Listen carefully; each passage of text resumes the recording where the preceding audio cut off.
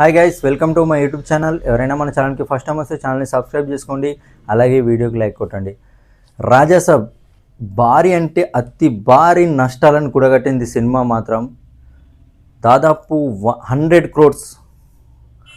crores లాస్ని తీసుకొచ్చింది movie. Almost దీని run అయిపోయిందని చెప్పచ్చు. ఇప్పుడు ఈ సంక్రాంతి సీజన్లో ఈ ఇయర్ దీని రన్ క్లోజ్ అయిపోయింది. నియర్ టు 1 crore షేర్ కూడా చేయలేకపోతుంది. లాస్ట్ సండేనేమో చేసింది, అంతే. సినిమా రన్ అయితే క్లోజ్ అయిపోయింది గాయస్. సినిమా మాత్రం డిజాస్టర్గా నిలిచిపోయింది. ఫ్లాప్ కూడా కాదు, డిజాస్టర్.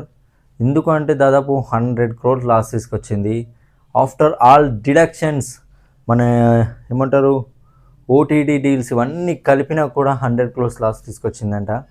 అయితే దీనికి మెయిన్ రీజన్ ఏంటి, ఇంత కానికి కారణం అంటే నేను 2 టాపిక్ల గురించి మాట్లాడదాం అనుకుంటున్నాను.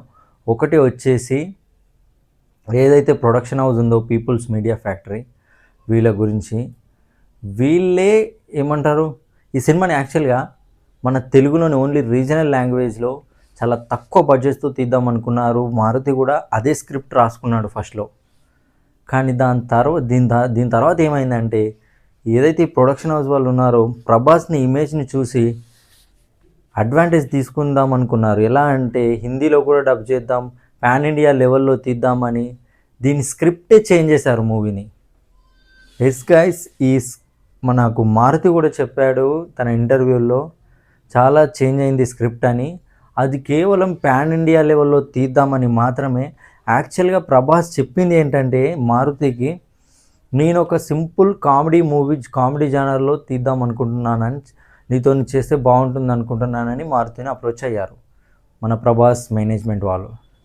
ఎస్, ఇక్కడ మారుతి ఏం చేశాడు, సరే తీద్దామని.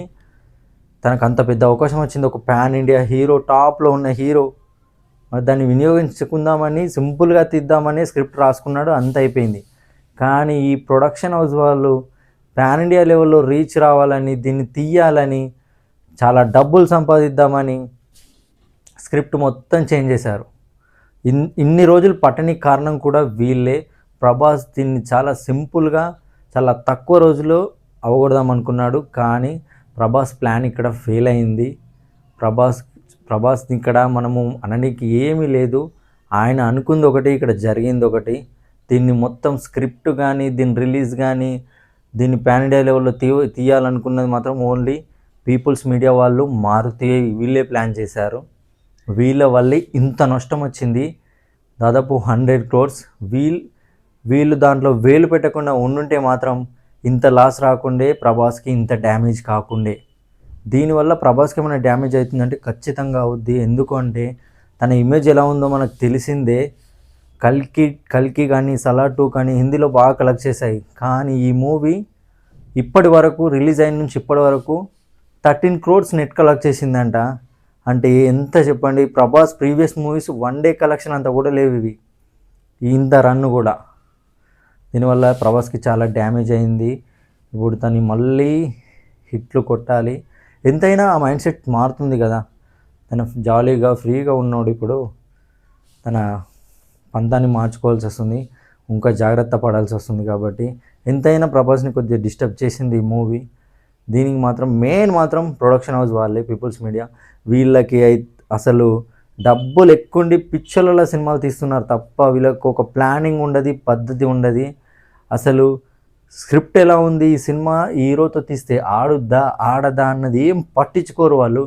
వాళ్ళకు హీరోలు ఓకే చెప్తే చాలు, ఆ సినిమా స్టోరీ ఎలా ఉందో కూడా తెలియదు. వాళ్ళ ప్రమోషన్ చెయ్యరు సరిగ్గా, వాళ్ళకి అసలు మార్కెటింగ్ ప్రమోషనే తెలియదు. అసలు వేస్ట్ అంటే వేస్ట్, చెత్తన ప్రొడక్షన్ హౌస్ అది మాత్రం. దానివల్లే ఇంత నష్టాలు వచ్చే సినిమా మాత్రం. కానీ మారుతి కోలుకుంటాడో లేదో, ఇంత పెద్ద అవకాశాన్ని మొత్తం ఏమంటారు గంగపాలు చేసేసాడు మారుతి మాత్రం. తనే ఎన్నోసార్లు చెప్పాడు, ఇంత పెద్ద అవకాశాన్ని నేను ఏం చేద్దాం, ఏంటో ఎలా నిరూపించుకోవాలో అర్థం కావట్లేదని. కానీ నిజంగా అట్టర్ ఫ్లాప్ అయిపోయాడు మారుతి మాత్రం.